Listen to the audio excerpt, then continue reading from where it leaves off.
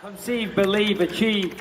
This is former UFC middleweight champion of the world, Michael Bisping. Paddy the Baddy here. You're listening to Combat Sports UK. And you're watching Combat Sports UK. Hey everybody, before you jump into this week's Combat Sports UK podcast, I've got some exciting news for you. Do you want to look as stylish as Thomas Shelby when you train? Do you want to experience the comfort that can only be achieved by a cup of tea on a cold day? Well, good news for you guys. Ex-Martial has partnered with us, Combat Sports UK. They are the fastest growing brand in martial arts for a reason. They are making waves and taking practitioners with their slick, stylish, and hilarious designs that are fit for a king. From rash guards to shorts, streetwear, and more, Ex-Martial has got you covered. Ex-Martial is an extremely community-oriented brand, having given away over $50,000 in free gear last year alone, as well as sponsoring over 300 athletes. And if you shop using the code CSUK10 at checkout, you can get 10% off everything in store. That code again is CSUK10 at checkout. Go and check out xmartial.com and enjoy the fight. Hello, everybody. Welcome back to the Combat Sports UK MMA podcast. It's Taylor Collard here, and I'm flying solo this week. I'm here to preview the Blanchfield versus Fiorot UFC Atlantic City card. And yes, we are finally back on the road after a solid couple of weeks in the Apex. It feels like 6 weeks, but I'm sure it's only been 2. A big fight in the division. I mean, we'll jump right in with the 125 main event. Blanchfield versus Fiorot. Blanchfield 12-1 and Fiorot 11-1. So both really high up there. You know, Fiorot just coming off the win against Rose Namajunas back in Paris later last year, unanimous decision. She's also got a unanimous decision over Caitlin Minara, formerly Caitlin Chukagian. So 2 unanimous decisions, well, 3-4 actually looking back at her record, but beating the likes of Jennifer Maia, Mario Breno Silva, who's obviously just gone for the title shot at the division above. So she's got pedigree. Is she a finisher? Is she an exciting fighter? Probably not.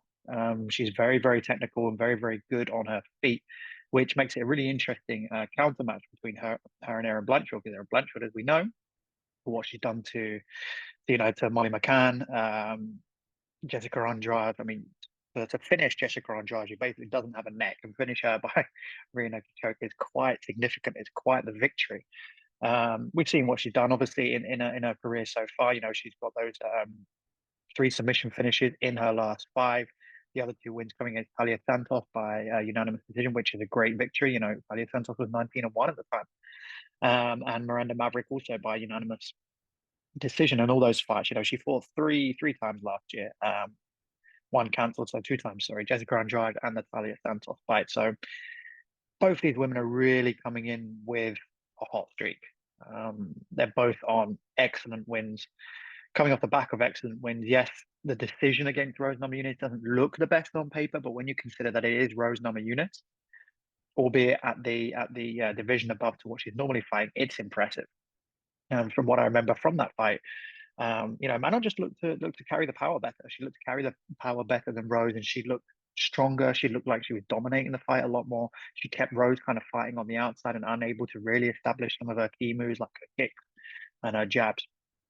So a really good performance from her, similar to in the Caitlin Samania fight. I mean, Caitlin's one of those people who you only beat if you're going to the top. You know, she's a former title challenger. She's also not the most exciting for this fight. Did not have fireworks written all over it, that's for sure. But she's someone you only beat if you're going all the way to the top. And Manon has done that. You know, she's saying up in Media Week this week that she's probably been due a title shot for a good few fights now. I wouldn't disagree with that. I think if you beat Caitlin Seminara, then you're there. You're there for a title shot. There are plenty of girls that have got a title shot off the back of beating Caitlin. So I can absolutely see where Manon's coming from. I think the problem that she's had is that she's not got an exciting style. And her style is not added up to jump her ahead of what was the Grasso Valentina trilogy fight, which will be happening later this year, probably at the Sphere, on the back of the Ultimate Fighter. But if you want to get in the middle of that, you really have to make a statement. I mean, you see how hard it is in the UFC when these type of fights are happening, these trilogy fights. It makes it really, really hard. You know, we haven't seen it in a little while in some divisions, but it makes it tough. And you really, really got to, you know, you're talking a 10-second flat knockout of Rose Namajunas to get her that title fight. You know, even off the back of that fight, if I remember correctly, that was in the September and Blanchfield was fought in the August. And everyone was talking about Blanchfield still as the contender to go and beat and the contender that could be next. So it just goes to show you that Blanchfield really has stormed the division and done it in a better way than Manon has. So it's curious. It's curious what we're going to see, because you're probably not going to look at a title fight until let's say Valentina and Alexa fight in September. You're probably not going to see a title fight until December at the earliest. You know, depending on how that fight goes. I mean, if the last couple of fights are anything to go by off those ladies, it could be a five rounder, which ties them up. You know, it ties them up. The recovery time is long. You can't finish a fight in September, because what will it be? Mid-September, 14th, 15th of September, and then turn it around for December. So yeah, I know Manon has said in the build-up that she's been due this title shot. I wouldn't necessarily disagree with that, but she's kind of caught in the middle of two things: the Grasso Valentina trilogy that has gone on a little while because both have been injured, and that she doesn't have the most exciting style. But somebody who does is Erin Blanchfield. She is 10 years younger than Manon Fiorot. Manon Fiorot 34, Blanchfield 24. And you know, she's 6-0 in the UFC. She's really been tearing it up. A lot of those being finishes as well. A lot obviously coming by submission. Especially recently, you know, like I said, I mean, the Molly McCann one, okay, there is a bit of a blueprint of how you could do that against Molly McCann, that was set out by a previous opponent, Stoliarenko, on the London card. So you could kind of see which way that was going to go. I mean, a couple of minutes into round one, boom, done, job done. But to go and do it to Jessica Andrade, and I think that was a headlining card as well. You know, I think she headlined that fight night. Yeah, she did. That's a big statement in the division. That's a big statement in women's MMA. Yes, Jessica Andrade has a 24-9 record, but she is as hard as they come. Very, you know, it's the best at finisher like that. Especially at this weight class, this kind of seems to be. She's flirted with bantamweight, strawweight as well. I think strawweight, it's difficult for her to cut to that. But at flyweight, she looks good, you know. Jessica, she looks good. So that's a really tough fight. And then to do Talia Santos, I mean, that is impressive. That is super impressive. You know, she took Valentina Shevchenko to a split decision before that loss to Blanchfield. So that's just her pedigree. For me, I can see it going one way. I mean, my pick is gonna be Erin Blanchfield by submission, probably round 3. I just think she's just so good. I think she's so good right now, and she's got that equalizer on the ground with her wrestling. And she's just an animal. Once you get down there, I think she'll be able to get in on Manon. We haven't really seen Manon tested to that degree with the wrestling, with the jiu-jitsu. So I think Erin will be able to get it done. So it brings us on to the next fight. This is a banger. Vicente Luque and Joaquin Silva. Vicente Luque coming off unanimous decision win against Rafael dos Anjos, and Joaquin Buckley coming off the decision win against Alex Morono back in October. So both fought fairly recently. I mean, Buckley seems to have come up short against the bigger guys in the division. Your Chris Curtis and Nasruddin Imavov, and we've both seen, you know, Chris Curtis has got a fight booked against Brendan Allen, and he's kind of around about that 15-14 mark, which I think is probably Chris Curtis's ceiling. And Imavov, the same. I mean, what you get with Joaquin Buckley is you get that, you know, Mike Tyson-esque kind of short, stocky, very tight build, just looking to absolutely flatline you whenever he can.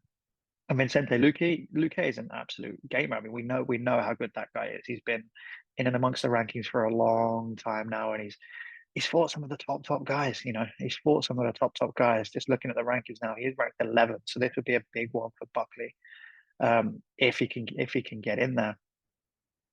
Let's have a check at Vicente Luque's record. I mean, lost to Bilal Muhammad, okay, Jeff Neal, but before that, Chiesa Woodley, Randy Brown, Nico Price, Mike Perry, Stephen Thompson, Leon Edwards he's got a loss to. So he has fought the who's who of this division of recent years, and he's continued to climb the rankings and put together some really good performances. Joaquin Buckley, this is a massive fight for him. This is huge. This is really, for me anyway, considering you know, he's 29 now, so he's just in the middle of that prime in the middleweight division. he's got to get a win here. He's got to get a win. It doesn't need to be spectacular. It doesn't need to be jaw dropping. Think about Khalil Roundtree at light heavyweight. I see this as a very similar story, really. Joaquin Buckley's picked up some wins, picked up some losses. He's got that viral knockout on his record as well of Impa. And I see it very much as he's got to get this win. If he wants to push up the division, especially with some of the names in this division that are pushing for title fight, your Ian Gary, Sean Brady, Jack Della, Shavkat, etc. He's really got to start making some statements. You've got somebody like MVP who just jumped in ahead of him, right? So if he's looking for that, if he's looking to really jump the rankings and get these top fights, this is a must win for him. This really is a must win for him. However, unfortunately, I don't see it going that way for him. I think Vicente Luque is going to be too crafty. He's going to be too good, and I just think he's going to be able to get it done, probably by decision. So that brings us to the next fight, which is Bruno Silva against the returning Chris Weidman. Bruno Silva coming off a loss to Sharamagomedov, who's just been booked, as we know, for UFC Saudi Arabia, and Chris Weidman, who's coming back off that horrendous leg break, off a lot of unanimous decision loss to Brad Tavares. The questions here are, where is Chris Weidman? Where is he at? Where does he stand in this division at 39 years old? I mean, dude's almost 40. I was listening along to MMA on Point earlier today, and they were saying, they've done a video about him and age. Is age catching up to him? What's the point, basically? Which, I kind of agree with that sentiment. Like, what is the point for Chris Weidman? Is he just trying to prove that he can still get in there? I mean, we've seen this with the kind of legends, your BJ Penn, Frankie Edgar recently retired. Robbie Lawler's really the only one who's been able to do it successfully, really, with that finish last time out. And maybe the UFC gave him a bit of a gimme with that one, but that's not for me to say. But yeah, Chris Weidman, what's he got to prove? Is he going to try and have another title run? I mean, do you want to see Chris Weidman up against Hamza Chimaev, Robert Whittaker, people like that who are the guys in this division? Those are the guys you're looking at middleweight. Paulo Costa, that's a horrible fight. Brendan Allen, horrible. Sean Strickland, I don't know what he's in it for at the moment. I think it's just to keep getting that pump, keep getting the electricity of the crowd. This obviously is in front of crowds. I think with a loss here, could we see Weidman retire? Yeah, I think it's a possibility. He's doing well running the gym with Ray Longo. Keep that going. Don't keep the momentum going with that, so that you can build something and bring out some new fighters. I'm sure he'd be an incredible coach, and with his skill set, anyone would want him as their coach. As Bruno Silva, pretty much all his wins by knockout. He's 4-4 in the UFC at the moment. Lost to the likes of Gerald Meerschaert, Alex Pereira. Took Alex Pereira to a decision. Brendan Allen to a rear naked choke, and Sharamagomedov by a decision as well. And then before that, he was on an impressive win streak. As he kind of came into the UFC, started well in the UFC, but then got the Alex Pereira fight, and it was just not good. It was not good. So for him, you're looking to put your name back on the map. You're looking to try and make another run at that middleweight, top 15, top 10, and see how far you can go. I mean, if you can push Alex Pereira to a decision, you're doing well. You're doing okay, so you might be all right. My prediction for this one is Bruno Silva by KO, probably round 2 would be my guess. To bring us to the next one, Nursultan Ruziboyev versus Cedric Dumas. Cedric Dumas, very exciting fighter. He's very wild. Yes, he's coming off two decisions against Cody Brundage and Abu Azaitar, but they are by no means bad decisions. He's a very exciting fighter. I came off the Contender Series in 2002. He does crazy things. He looks crazy. He does crazy things. He'll be exciting in the octagon. He's 2-1 in the UFC. That one loss coming to Josh Fremd, who's put on some really great performances, that being one of them. And he's coming up. He's coming up against, I'm just going to say Nursultan. Nursultan is coming off quite the win streak, quite the win streak. Hasn't lost since 2019. That includes wins in Octagon, the UFC. Obviously, made his UFC debut last time out against Bruno Ferreira. I beat him in round one after a couple of minutes. So he's also an exciting fighter who seems to have put his losses behind him. They seem to be very early in his career. In random promotions, random regional promotions. He'll be an exciting one. The Uzbekistanian. I mean, he knows what he's doing. He favors the submission a little bit more. So these guys will probably have a bit of a battle. Whereas Dumas, he tends to like the KOs more so, but he has got a good submission game as well. So it should be an exciting one for this one. I think Cedric probably has the edge in well-roundedness, but you never know with these guys coming out of Uzbekistan. He is training in Philadelphia, the Daniel Gracie, so he's brought that over here, and he looks good, man. He looked very, very good in his debut performance. They're getting that quick finish, and I think Dumas is a good fight for him at this stage. How do I think it's going to go? I think Nursultan is going to out-wrestle him. I think that's going to be the game plan. Do I see him going to a finish? No, I think Dumas is going to be wily enough on the ground to survive, but I think Nursultan is going to have enough to be able to keep him down and possibly three round him, which doesn't sound fun, but it is what it is.